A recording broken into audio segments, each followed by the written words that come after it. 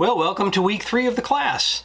This week you're going to explore some of the different ways you might use technology to help you build community.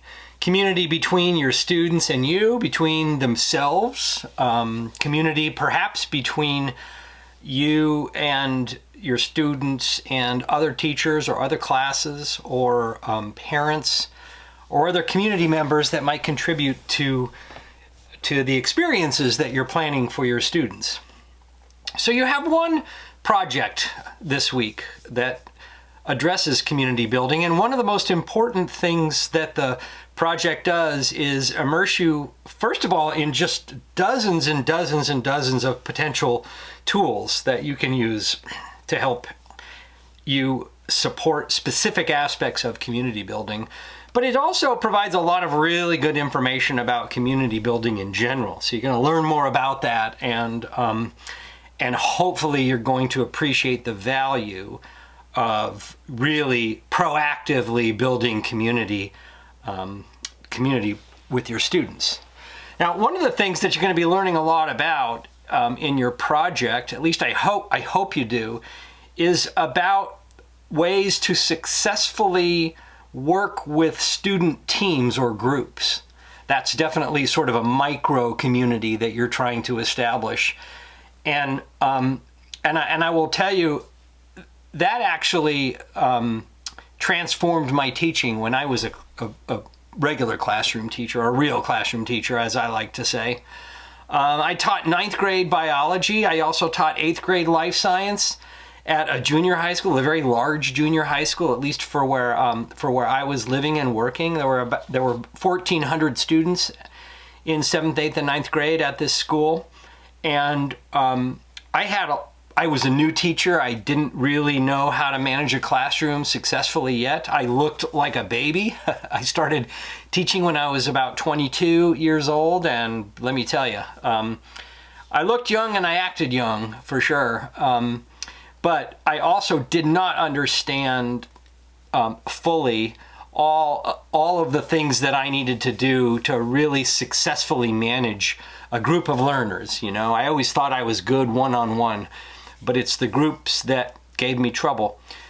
And I'll tell you what absolutely saved me and made me a way better teacher was learning how to structure groups for my students, and then and through that structure and through the process of having my students work in teams, I help them learn how to succeed working with others, how to be a successful, productive, and healthy member of the community, of the classroom community. But it took me deciding that I was going to teach my students how to work successfully together. And that's a choice that I had to make. And I asked you last week to consider what's worth learning for your students. And I'm here to attest that there are a set of skills associated with learning how to successfully be a team member, a group member, work with a partner.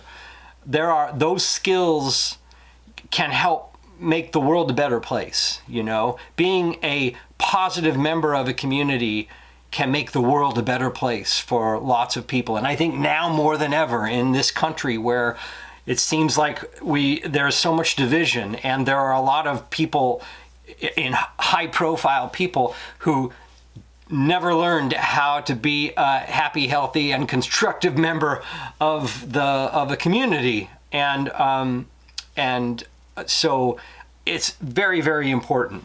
So in this project for this week, you're going to create, you're just going to reflect mostly on ways in which you might use technology to help you do 4 things. One is to create a gathering space for your students, a technology-supported gathering space.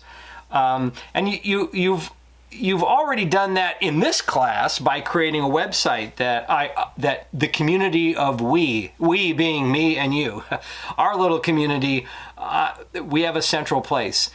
You know where to go to receive my communications, and I know where to go to receive yours. So, but there are lots of other options. So you're going to look at that and you're going to make a plan for that. You're going to make a plan for how you would personally want to use technology to help your students establish a social presence for themselves, and how you might establish a presence for yourself. We did that in this class during the first week, where I used Canva, or I had you use Canva to help you establish a social presence. But again, there are so many other tools out there. You might choose something that's different and that might really speak to your students a little bit better.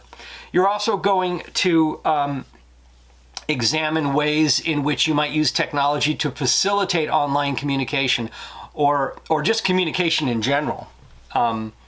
And again, lots and lots of options. We have lots of options now in our society and our culture, and I'm asking you to consider how you might use certain options for you as a teacher.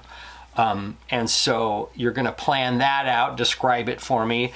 And then finally, I'm going to ask you to read some information about how to develop groups and how to teach group work. And then you're going to investigate many technology options and decide how you might use those options for you to help your students, to help them be successful working in groups. And so that's what you're doing this week, community building. And you're just going to touch the surface on a lot of important things, but I hope that it sort of kindles a fire in you to continually consider how you're going to build community in your job.